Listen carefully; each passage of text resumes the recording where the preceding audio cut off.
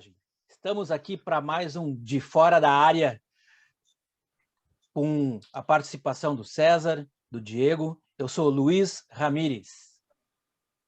Eu sou o César Oliveira. Bem-vindas, gurias coloradas, bem-vindos os guris colorados, de norte a sul do Brasil, de leste a oeste do planeta. Todo mundo assistindo o De Fora na Área e hoje com uma participação especialíssima, né? O homem que tem a ficha 1 no futebol do PDC, Diego Saravia. Diego Saraiva, grande camarada, colorado, conselheiro e gente boa, né, Ramírez? Gente boníssima. Loki, né? Loki. Mas nós vamos falar nisso. Manda ver aí, Ramírez. Abre a conversa com o homem aí, que ele está lá esperando. Então, seu Diego, vamos começar aí. Conta um pouquinho para nós aí quem tu é, de onde tu vive, do que se alimenta, aquelas coisas do Globo Repórter aí. Maravilha. Boa noite, Ramírez, boa noite, César, boa noite, Nação Colorada. Pô, satisfação estar aqui com vocês, cara. Eu vi aí as edições anteriores e já meio que me escalei aí com o César e com o Ramírez para participar, porque eu achei bem bacana o quadro aí, a possibilidade da gente que está longe poder falar um pouco da nossa caminhada aí pelo internacional. Confesso que o momento não é o melhor, né, cara, para nós colorados. A gente vem aí, só para contextualizar, aí tá fechando uma semana aí que a gente perdeu o título brasileiro. E foi muito doído para todo mundo, né? Para todos os colorados aí foi bastante doído. Confesso para mim também, né? 2, 3 dias aí sem conseguir comer direito, sem conseguir dormir, só pensando nisso. Mas o Colorado é muito grande, né, cara? E a gente já passou por outros momentos adversos assim.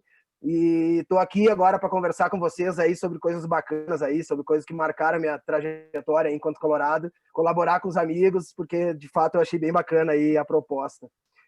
Bom, eu tenho 43 anos, sou nascido em Porto Alegre, trabalho com vendas, sou representante de vendas, representação comercial, então meu coloradismo aí vem de berço, né?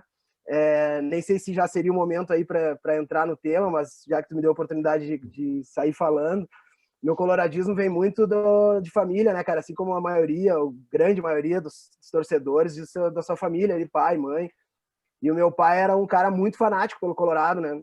Então potencializou isso, o Narciso Saraiva. Então potencializou muito, assim, já desde cedo, né? Essa questão do futebol e principalmente do internacional, né? Cresci ouvindo muitas histórias do Internacional. Meu pai era tipo do Colorado que ali na construção do Beira-Rio vinha de Bagé, que é a terra natal dele. Uma vez por mês ele enchia lá o Maverick, o porta-mala do Maverick de tijolos e vinha para Porto Alegre para fazer parte da campanha, né? Diz ele que aproveitava para ficar no final de semana fazendo festa, né?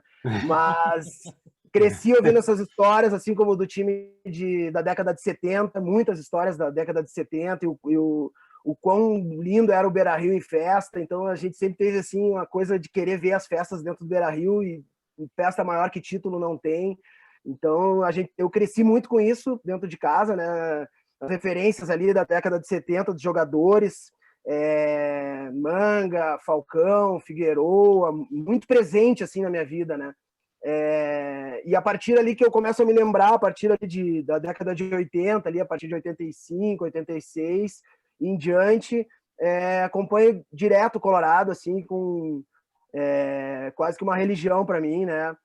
Minha filha também aí já tá no mesmo caminho, não lógico como a gente ainda, mas a expectativa que eu tenho é que ela se torne de fato uma colorada, que é um sonho aí que eu tenho de dar sequência a esse coloradismo, né? Essa geração da família, né? E eu sou testemunha, Diego. Conheci teu pai, né? Lá no Rio de Janeiro, e era um colorado de primeira mesmo, cara. Sim, foi um prazer ter conhecido ele e convivido alguns momentos com ele lá no Copinha. Certo, maravilha. Não, no Copinha lá, depois ele virou rei lá, né? Na sequência do papo aí, quando eu for falar um pouco de Copinha, eu posso entrar também de novo aí, porque de certa forma foi meio que um reencontro meu, assim, com meu pai e o Inter sempre junto. Então, é uma história que eu gosto bastante de contar e que eu vou ter para sempre aí comigo. Bacana. Aqui em casa são duas coloradas já nascidas em Brasília coloradaças, né? Cara, duas coisas. Primeiro, né? Tu sai de Porto Alegre e vai para o Rio, né? Tu sai dali tu era vizinho do Beira-Rio e acaba indo morar no Rio de Janeiro. Como é que foi essa transição? Mas antes disso, tu chegou a jogar bola, Diego? Porque tu tem um interesse grande por futebol, assim, tu jogou bola. Como é que é esse interesse teu? Então, César, cara, na verdade as coisas foram acontecendo assim desde pequeno para mim, né? Nessa mesma onda aí, carona do futebol e do Colorado, o meu pai assim sempre incentivou a gente muito a jogar futebol e observar futebol, né? Por exemplo, a gente ia para os jogos do Beira-Rio, a gente ia nas preliminares, né? A gente sempre, o jogo era às 4, a gente ia ao meio-dia pro Beira-Rio e ali tinha 2 preliminares, às vezes uma, mas acompanhava e ele sempre falando como é que os times se portavam e tal. E eu, assim, na minha trajetória também participei primeiro na escolinha do Inter, né? Ali a minha infância, até os 13 anos. Depois eu retornei, joguei no infantil ali, quando eu tinha 15 anos. E sempre me chamou muito a atenção, né? A parte ali de campo, sempre gostei muito da parte de campo. E depois, ali quando eu deixei, digamos, de sonhar em jogar futebol, parti mais para o estudo. Foi bem ali quando, dentro do colégio, eu precisava estudar de manhã e de tarde, a partir ali do segundo ano, e teria que trocar de colégio para continuar jogando no Inter, e aí a opção foi continuar no colégio até o final, depois ver como é que ia ficar. Mas, enfim, depois, quando eu parei de jogar futebol mesmo, eu, assim, tentando jogar pelo Inter, né? Eu me dediquei mais de 10 anos na várzea, né, de Porto Alegre. Então, eu criei um clube lá junto com amigos meus ali que gostavam de futebol, que jogavam bem, e a gente começou a disputar, campeonatos assim, primeiro mais tranquilo, mas depois a gente foi atingindo um nível bem pegado assim de várzea, assim, né? Os melhores campeonatos ali, fomos campeão do Parcão, por exemplo, jogamos Copa Paquetá, jogamos Municipal, num nível bom, assim, né? E dentro da várzea, o cara meio que se obriga, quando é linha de frente, meio que se obriga a fazer de tudo, assim, né? Então teve temporada que eu fui treinador e jogador, teve 2 ou 3 temporadas que eu fui vice de futebol e jogador, então sempre eu jogava e acumulava mais uma função, né? Fui presidente também 2 temporadas, então só não fui massagista, assim, né? Até roteiro eu fui. Contador, psicólogo. Então, assim, que loucura, Ramírez. Essa fase da minha vida ali da várzea... Essa tua faceta aí de multipersonagens eu não conhecia, não, Diego. Ramírez, tu sabe aquela frase do bate, escanteio, cabeceia, sabe, né? Mais ou menos isso. Esquece tudo isso. Né? O cara bate, escanteio, cabeceia, organiza o uniforme e dirige o time. Ô, Diego. Aí, essa fase ali da minha vida, eu potencializei muito essa questão da análise do jogo, né? Porque eu estava sempre pensando quem que eu podia trazer de outro time para o meu time e estava sempre tentando entrar na cabeça dos atletas ali do Deportivo Júnior, que era o nosso time. Enfim, para continuar no nosso grupo, a gente não tinha patrocínio, então a gente tinha que lidar com problema constante ali de grana, de vaidade de jogador, enfim, à noite, várias nuances que a várzea me trouxe, assim, que potencializou esse meu lado, assim, de análise bastante de jogo. Então, desde ali, assim, para mim é uma coisa natural, já ver os jogos e já meio que ir identificando, né, a movimentação e tal. Uma baita de uma escola, né, Diego?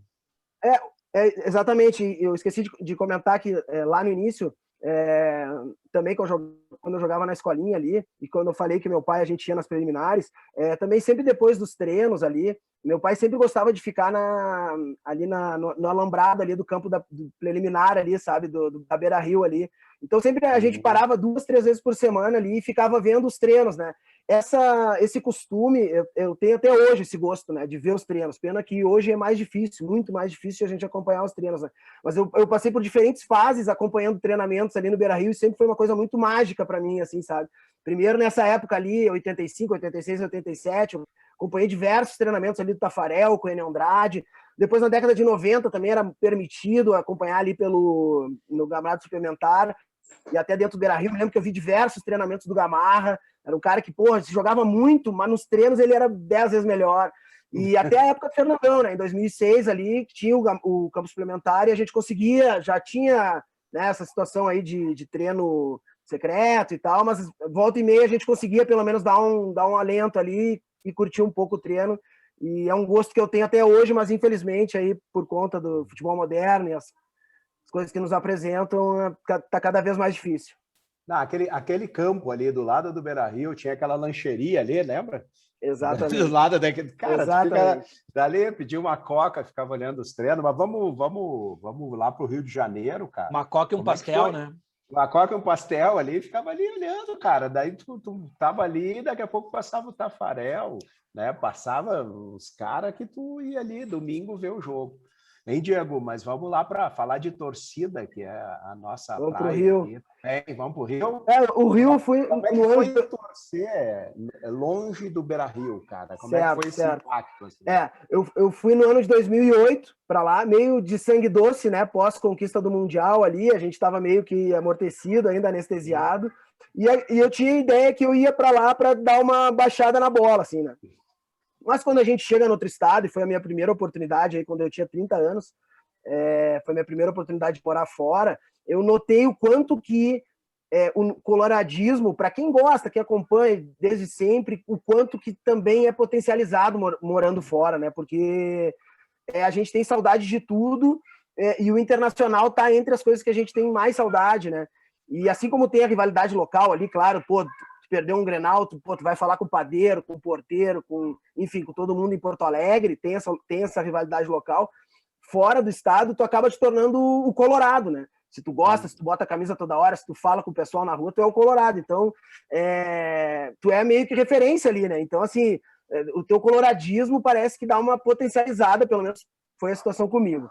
Cheguei em 2008 no Rio de Janeiro, e a primeira impressão que eu tive do Copinha em 2009 não foi das melhores, né? Isso eu acho engraçado de falar, porque o pessoal, assim, a gente estava numa fase boa ali, com o time engrenando, e o pessoal no Copinha é bastante crítico, né? Eu até vi o programa do Peralta aqui, do meu irmão Peralta, um abração pro Peralta, e ele mesmo falou, né, que o pessoal lá corneta na veia. Né? Assim, a corneta pega no primeiro minuto, né? E a corneta rola solta, né? Na primeira vez que eu fui, o Inter, um time em 2009 era um cano, nós não fomos campeão brasileiro por detalhe 2 vezes, né? E meio que me incomodou aquela situação, eu falei, quer saber, eu não vou mais ver o jogo com esses caras, eu vou ficar na minha casa. Tu deve ter ficado perto do Cri-Cri, né? Possivelmente.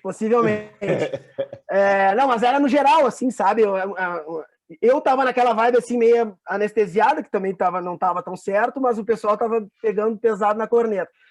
Aí eu assim, resumindo, em 2009 eu fui 1, 2 vezes, não bateu o santo. Em 2010 eu falei, quer saber, eu vou tentar de novo, porque é o Bar dos Colorado, vou lá. E aí deu um casamento perfeito, assim, cara. Eu carrego na minha vida o orgulho de ter sido lá dos Loki, de ter aprendido muito, assim, até da forma de torcer deles. Tenho vários amigos até hoje aí, pessoas que eu carrego comigo pra vida, assim. Eu acho que em determinado momento ali, em 2010 eu comecei aí e fiquei até 2015, que foi quando eu retornei a Porto Alegre. Eu fico feliz também que em determinado momento ali eu consegui reunir o pessoal e organizar de forma que a gente conseguisse ver melhorias assim dentro do bar, né? O meu objetivo principal era, assim, quando eu pensei nisso, era assim, cara, o bar era azul, né?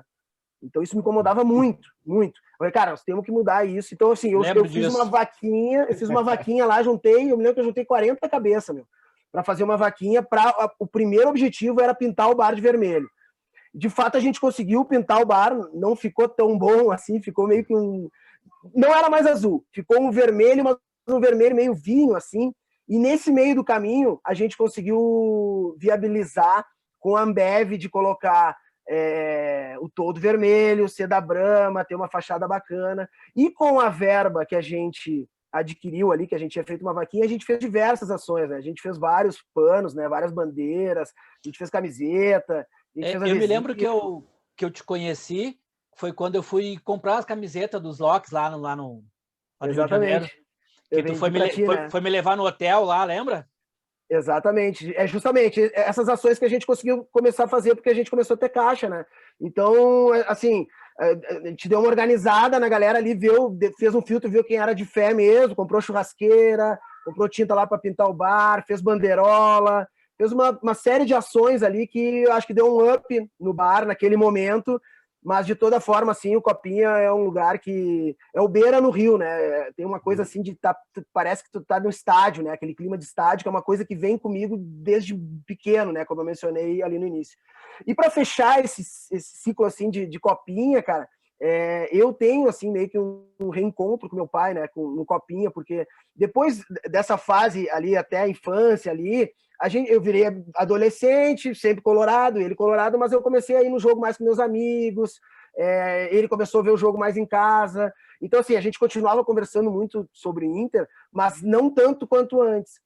E quando eu fui morar no Rio de Janeiro, em 2008, ele foi para lá em 2011, para ficar perto de mim, perto do meu irmão, né, que é o Pablo, que também é outro baita colorado, então a nossa família de colorados, e já tinha 2 netos. Então, o objetivo do meu pai era ficar próximo aos netos. Foi para o Rio de Janeiro e ali no Copinha a gente, de fato, assim, torceu junto de novo durante 3, 4 anos. A gente não teve grandes conquistas ali entre 2011 e 2015. De toda forma, a gente teve uma sequência boa ali, principalmente em clássicos grenais. Teve a questão ali do documentário do Copinha, que ele participou. Então, aquilo ali, para mim, acaba sendo meio que um registro dele. Então, foi meio que um reencontro muito bacana. Então, assim, o Copinha é um lugar que está dentro do meu coração, eu gosto muito da galera lá, a galera torce como se estivesse no estádio, e é lindo a gente ver o quanto que isso impacta na vida, né, de quem está em Porto Alegre ou quem não está, enfim. Sensacional a passagem lá pelo Rio, e o Copinha é uma grande lembrança. E, de novo, a gente vai colocar aí embaixo o link lá para o documentário do Copinha. Vale a pena assistir, quem não assistiu ainda, vale a pena, porque tá excelente. Dá uma ideia do que é a bagunça do bar lá. E lembrando, não esqueçam de curtir esse vídeo e seguir lá o canal do Povo do Clube, o maior canal de esportes do mundo. Manda ver aí, Ramiro. Valeu. E vamos aproveitar que a gente falou aí, e vamos ver umas imagens que o Diego aí nos proporcionou aí lá do Copinha, que ele tem guardado lá nos arquivos dele. Vamos ver umas imagens e vamos curtir um pouquinho lá do clima do Copinha aí, dá uma olhadinha aí. O Copinha virou sócio aqui do programa aí, manda ver aí.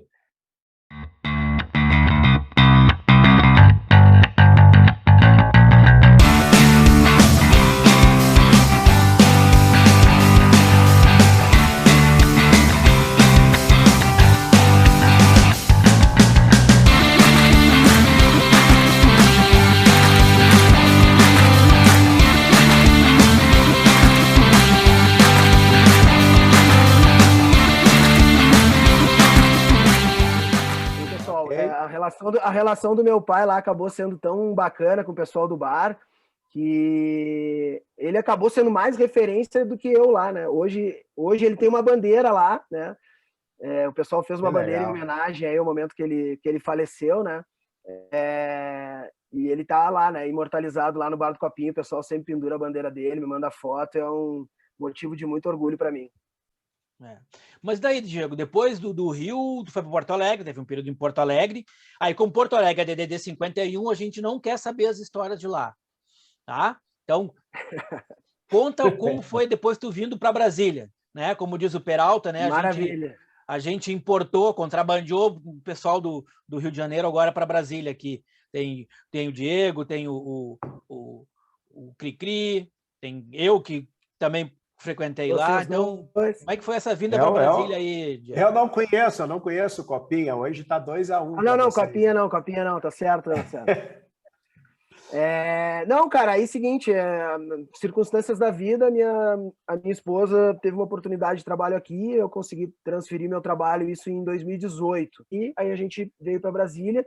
A minha experiência aqui em Brasília, cara, só corrobora o que eu falei ali antes, o quanto que é magnífico a gente sair do estado e ver. Primeiro que eu tinha passado 3 anos em Porto Alegre, né? Depois do Rio eu passei 3 anos em Porto Alegre, então quando eu voltei a Brasília eu senti de novo aquele sentimento de que sabe, potencializou tudo, de novo eu sou colorado do prédio, eu achei que ia dar um tempo, mas não consigo dar um tempo, porque é mais forte que a gente. Busquei um bar de colorado muita sorte que naquele final de semana que eu tinha chegado em 2018, tava tendo um costelão aqui no Amarelinho, vocês conhecem o Amarelinho lá, tava tendo um costelão lá em 2018, e era Inter e Corinthians no Beira-Rio, e a gente ganhou com gol de virada lá, então o primeiro jogo aqui foi fantástico, eu já senti aquele calor da torcida colorada aqui, e depois eu tive a oportunidade de conhecer uma outra galera também, que tem 2 ou 3 bares na região, né? Vocês sabem bem aí, que meio que dá uma dividida no pessoal, né?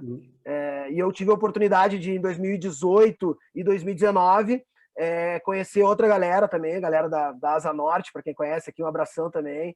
Pessoal, gente boa demais. Então, assim, a minha percepção da torcida de Brasília é a melhor possível, cara. Primeiro que tem bastante colorado, segundo que impacta demais na vida do pessoal, e na média, assim, o pessoal... Pô, eu conheci agora nessa reta final de Brasileiro aí, aqui eu acabei vendo no Amarelinho, que é mais perto da minha casa, mas conheci pessoas assim que não conhecem o Beira-Rio, cara. Não conhecem, nunca foram no Beira-Rio, mas tem um amor pelo Inter, e isso, de fato, assim, me toca muito. Eu vejo o quanto que impacta na vida das pessoas, no pós-jogo também, enfim, no pré-jogo, numa semana cheia, e só nos dá orgulho aí a nossa torcida, né, cara? Independente do local, é sempre cara, aqui a gente vê valor imenso. Muita coisa assim, né? Pô, tem gente que não tem pai, mãe colorado, não tem ninguém colorado na família, nunca foi a Porto Alegre, não conhece o Beira-Rio. Sim. E é torcedor do Inter, né?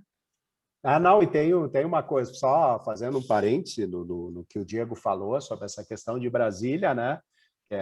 Tu tem ali Amarelinho, Asa Norte, tem outros lugares que as pessoas vêm em jogo, porque Brasília, o Distrito Federal, ele é bem fragmentado, né? Ele tem as suas administrações, as suas cidades, e para tu deslocar é muito complicado, então acaba criando nicho. Nós temos lá o teu amigo lá em Ceilândia, Ramires. Qual é o nome dele? Eu esqueci. Tem a churrascaria? O Maronese. O Maronese, lá em Ceilândia, cara, tem um núcleo de colorados que vem em jogo lá. Então, isso é maravilhoso. Tem a galera de Águas Claras, que também se reúne. Claras, né? Se reúne numa barbearia para ver o jogo. Na barbearia do Gilmar. Tu já chegou, a gente já chegou a ter lugar para ver em São Sebastião, né? Já. Né? Não, por tudo. Tem os colorados se reúnem para ver. Mas vamos saltar da torcida para o futebol, Ramires, o que tu acha? Eu acho se o Diego concordar, né? Porque a gente vai explorar o cara agora, né? Hein, Diego? Pulando da torcida para a cancha. Cara, qual é a perspectiva assim, para 21? Né? 20 a gente acompanhou já toda aquela questão, né? E acabou agora com essa tragédia que foi a arbitragem. E agora estamos de treinador novo chegando, toda uma série de coisas acontecendo. Qual é a expectativa que a gente tem e o que a torcida do Colorado pode esperar daqui para frente, hein, cara? Beleza, cara. Para falar de 2021, eu queria só fazer um breve comentário aí sobre 2020, porque assim eu não relativizo a campanha e a trajetória e o trabalho do Abel, cara. Frente ao Inter aí nessa reta final de brasileiro e as Copas, né? Eu achei que foi fantástico o trabalho que ele fez. Reputo aí, com exceção de 2006, né, onde ele foi campeão da Libertadores e campeão mundial, eu acredito que tenha sido o melhor trabalho dele frente do Inter, cara. Rivalizando lá com 88, que também ele pegou a barca andando no Brasileiro e acabou sendo vice, né? Mas eu acho que esse ano ele tinha mais dificuldades, né, meu? Pelo momento do time ali, que era líder, mas vinha numa decadência técnica, e com aquelas peças a gente não ia conseguir manter o nível de jogo e os resultados, possivelmente. E ele conseguiu um espaço de tempo curto, reinventar o time, né? Entrar na cabeça dos jogadores, propor um modelo de jogo dentro do que a gente conseguiria entregar. E acho que ele fez um trabalho bom ali também de lançar os jovens, né? Muito por conta da necessidade, concordo, mas de toda forma foi muito eficaz, né? Lançou aí, deu sequência, mas deu sequência para o Praxedes, que era um nome que todo mundo sabia que tendo sequência daria resultado, mas talvez por ser tão jovem, né? A gente não esperava que fosse tão bom resultado e, assim, na primeira sequência ele já fosse engatar. ele descobriu o Caio Vidal ali naquela função, né? Porque o Marcos Guilherme não conseguia entregar o que a gente precisava, nem Leandro Fernandes, e a gente precisava de alguém que conseguisse fazer a recomposição, mas conseguisse agredir na frente também, e o Caio tinha força para isso. E o próprio Yuri Alberto, né? Que também por necessidade da questão do Galhardo, mas ele deu sequência, deu confiança. Eu acho que o trabalho dele foi muito bom. Na zaga também, a gente perdeu o Moledo. Em determinado momento ali no jogo decisivo contra o Flamengo, a gente ficou com uma dupla de zaga nova, jovem, né? Ali o Zé Gabriel e o Lucas Ribeiro, com 20 e poucos anos. O Heitor talvez foi o caso aí que ele, da base ali, que tinha capacidade de ser titular, ele acabou dando um banco, mas também se justifica um pouco pela questão da já ter alguns jovens na equipe, né? Querer dar mais experiência. Mas, enfim, de toda forma, assim, eu reputo o trabalho do Abel Braga como fantástico e, assim, talvez por uma sequência de trabalho com uma temporada tão uma próxima da outra fosse mais fácil, não vou dizer que seja melhor, porque isso vai depender muito do resultado futuro do Ramires, mas talvez fosse mais fácil a caminhada para a gente azeitar um time com espaço de tempo tão curto entre uma temporada e outra. Só uma parte aqui, me permita, por favor. Vamos prestar atenção, pessoal. Quando ele falar Ramires agora sobre futebol, é o Miguel Ángel Ramires, o técnico. Não é tudo, Ramires. Tá? Não é tudo. Tá bem entendido, esse Ramires, né? aqui, ó. Apesar do Ramires entender bastante sobre futebol, não é ele, viu? Perfeito.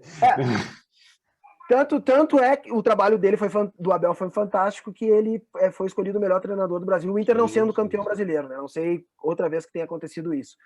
Mas, enfim, dito isso, vamos pro Ramires. Bom, primeiro que ele chega, eu acho que com um sarrafo alto, né?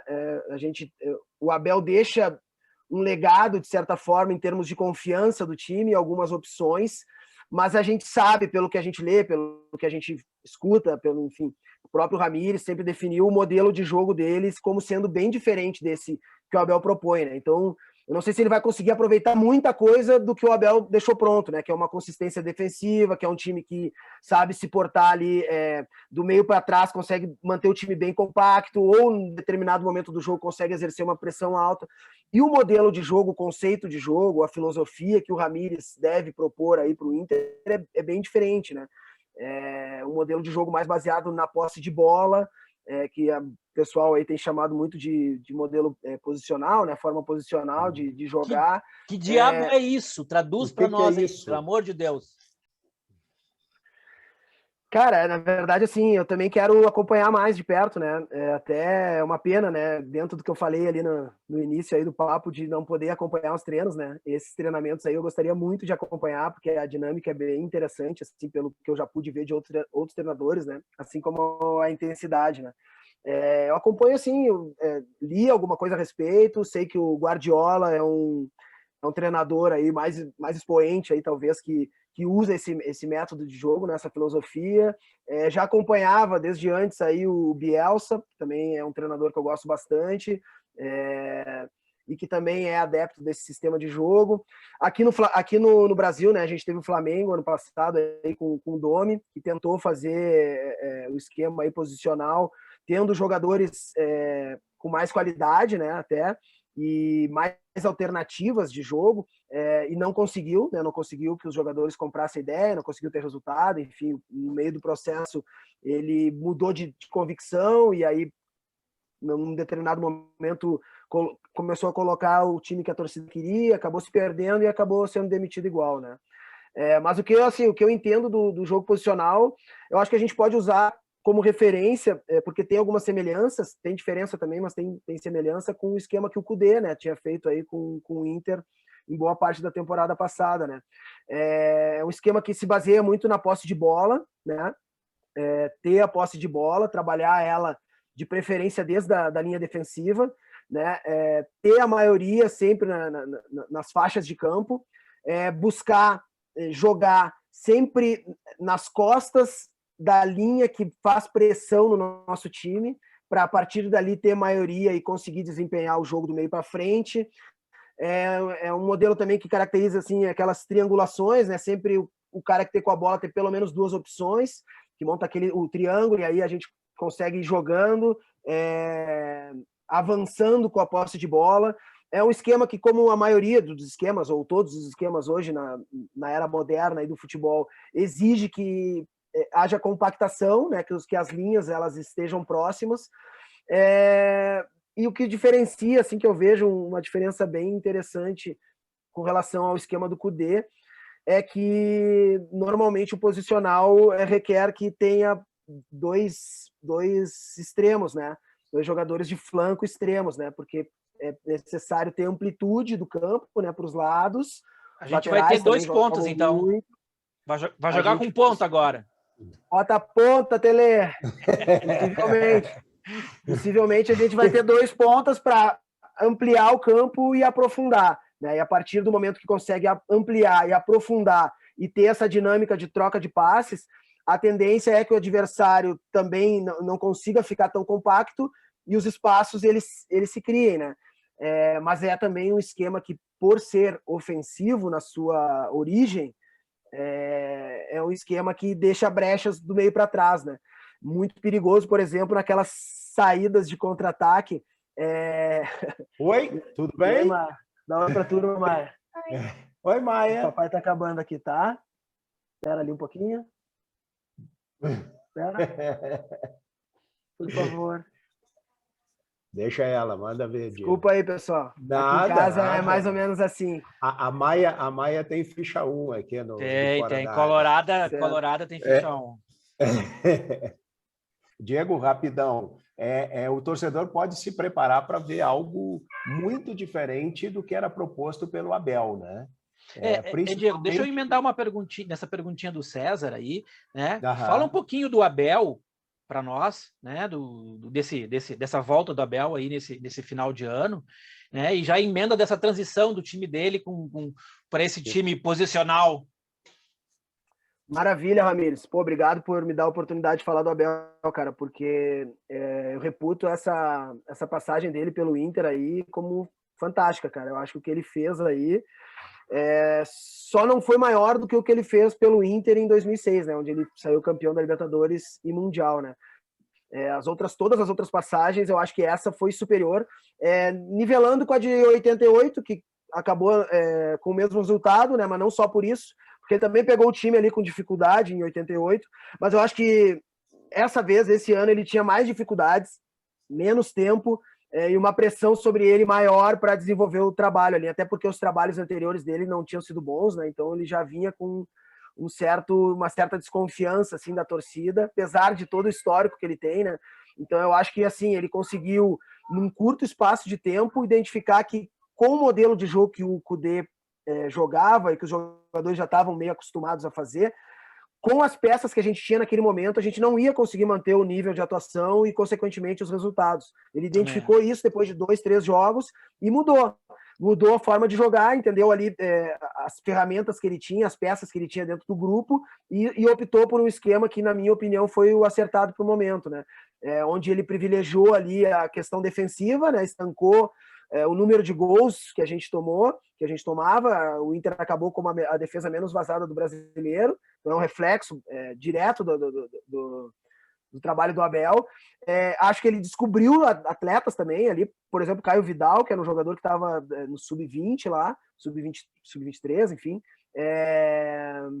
treinando em Alvorada, e ele descobriu o cara para fazer uma função importantíssima no esquema, que o Marcos Guilherme não conseguia fazer, que era de recomposição, mas ter força para chegar, né? Incomodar o adversário também. E o Caio Vidal foi muito bem nessa função.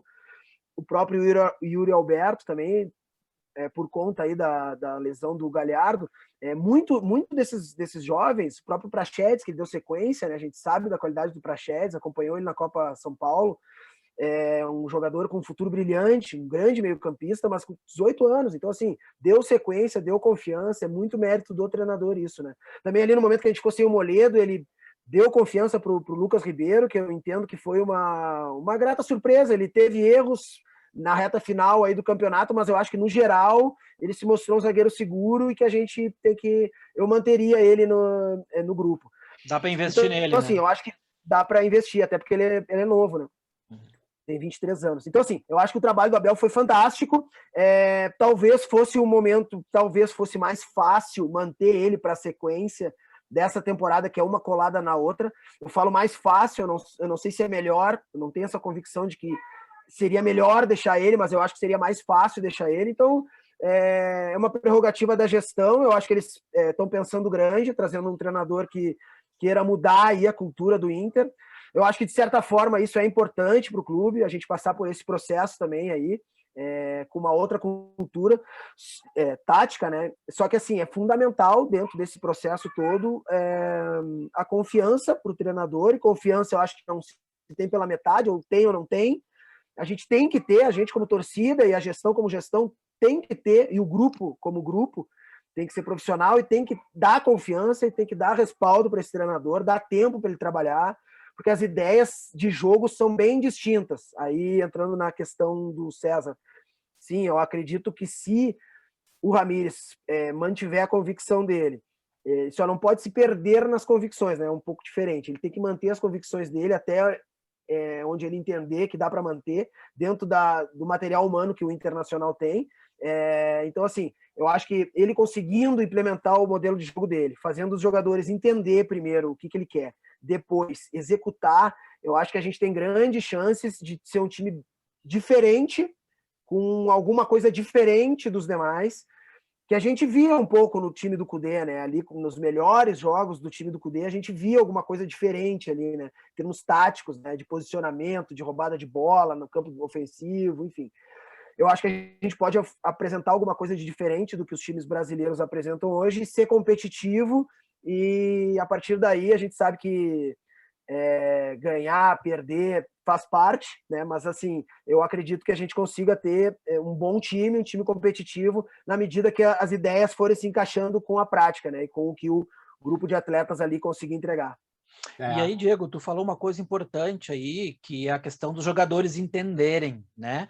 A gente sabe que vai precisar um pouco de mais qualidade no passe ali, principalmente, né, para esse esquema dar certo, mas também vai precisar um pouco mais de inteligência do jogador para poder assimilar essa nova cultura e essa nova tática de jogo aí, né? Deixa eu só emendar uma pergunta aí para o Diego, que é essa questão que ele referiu, que é a questão da cultura e da mudança, né? Futebol, como outros esportes de alto rendimento, é repetição. Repetição e erro, repetição e erro, repetição e erro. Né? Só que, assim, o Inter já existe, o Inter está disputando campeonatos, tu não pode ficar repetindo e errando infinitamente. Impunemente. Impunemente. Né? Olha o que aconteceu com o Kudê na questão dos Grenais. Né? A gente viu a crise que foi aquilo. Né? Qual é o limite disso, Diego? Emendando na pergunta do Ramires aí. Certo. Bom, eu acho, cara, que, assim, eu acho importantíssimo isso, eu sempre achei, não é de agora, assim, é fundamental o treinador ele ter diferentes alternativas para usar de acordo com o grupo, né, com o que ele tem de material humano, mas também de acordo com circunstâncias do jogo ou determinados adversários.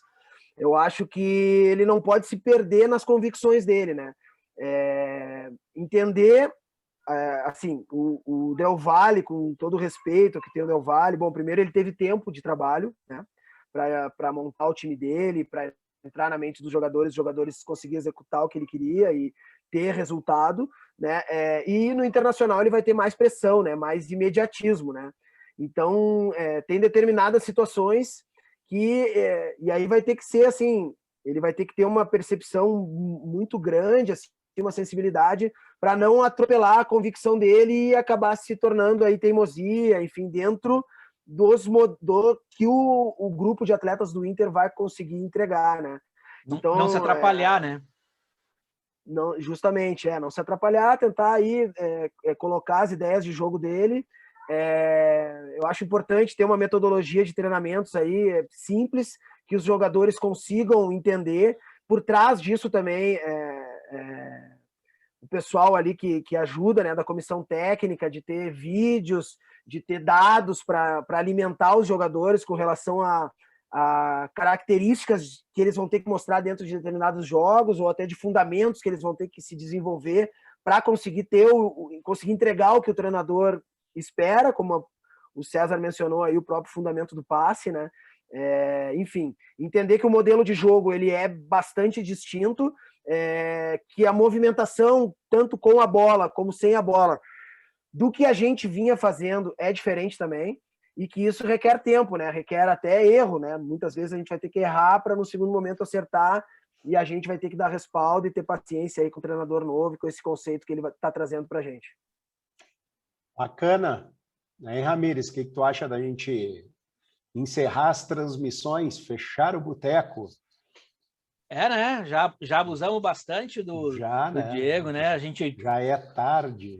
Tinha muita pergunta ainda para ele, né? O cara sabe tudo de futebol aí e tinha papo para mais tempo, mas tá na hora de fechar o boteco, como diz o César. Antes de encerrar, vamos fazer uma provocação aqui. As gurias coloradas de norte a sul do Brasil, de leste a oeste do planeta, estão convidadas a participar do De Fora da Área para a gente discutir futebol.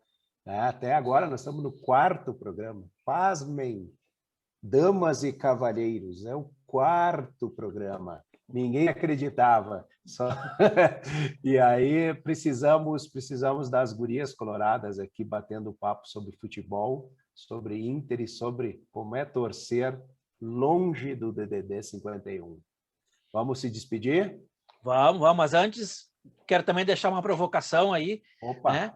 Pessoal, aproveitar essa linha de pensamento aí do nosso amigo Diego e deixar nos comentários aí qual é a sua expectativa para esse ano de 2021, desse nosso novo treinador com seu esquema tático posicional, enfim, né? O que tu espera desse ano para o nosso Colorado aí? Deixa os teus comentários aí para a gente avaliar juntos e comentar o futuro desse nosso Inter aí. Vamos ver o que tem pela frente.